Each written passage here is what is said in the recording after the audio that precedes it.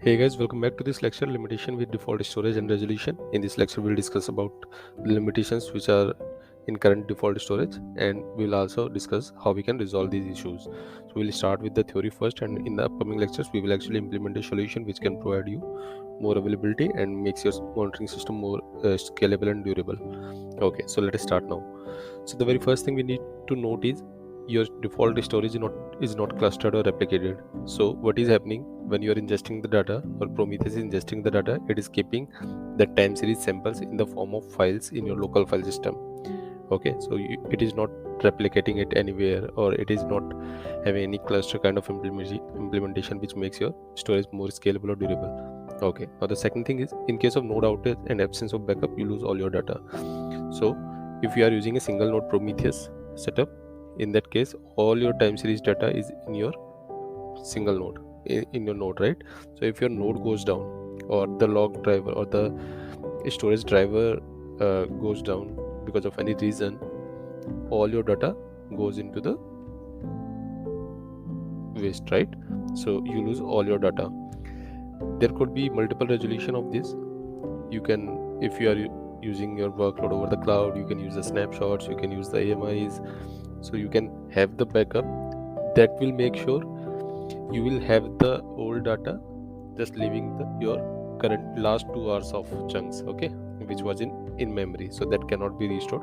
Other than that, you will be able to restore the data from your snapshot if you have any.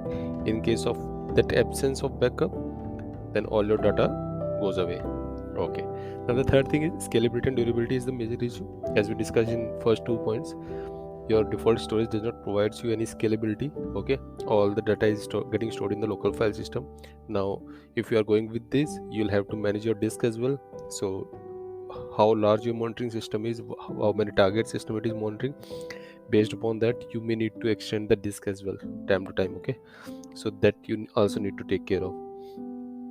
Now the next thing is, external storage can be used for long-term storage and dependency can be removed from your local storage. So this is the resolution again against to your default storage.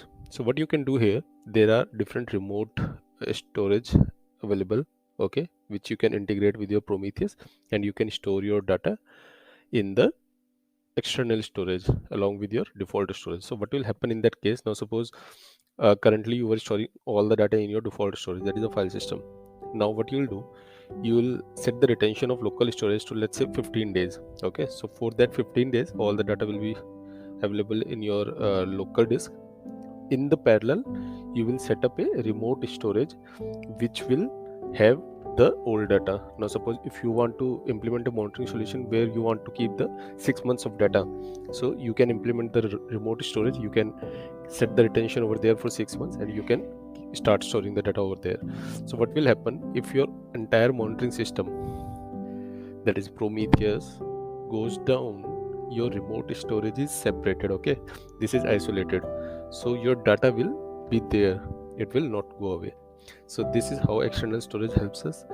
This basically is achieved by many connectors and storage systems available in the market, so you can have a look into it, and in the upcoming lectures we will actually implement one and we will see how it helps us. Okay, now the next thing is, right selection of remote storage is required to make your storage solution durable. Yeah, that is true. Now whenever you think about remote storage, you need to take care of many things, whether your remote storage is capable of having that much data ingested, whether it is scalable, okay, where it is hosted, if it is hosted in any EC2 machine or anything, is it again creating a bottleneck? You need to take care of that. So there are multiple things that you need to be aware of, and you need to keep that in mind whenever you select the remote storage. So this was about the limitation and the resolution. So as we move forward, we will see how we can resolve it. So I will see you in the next lecture. Thank you.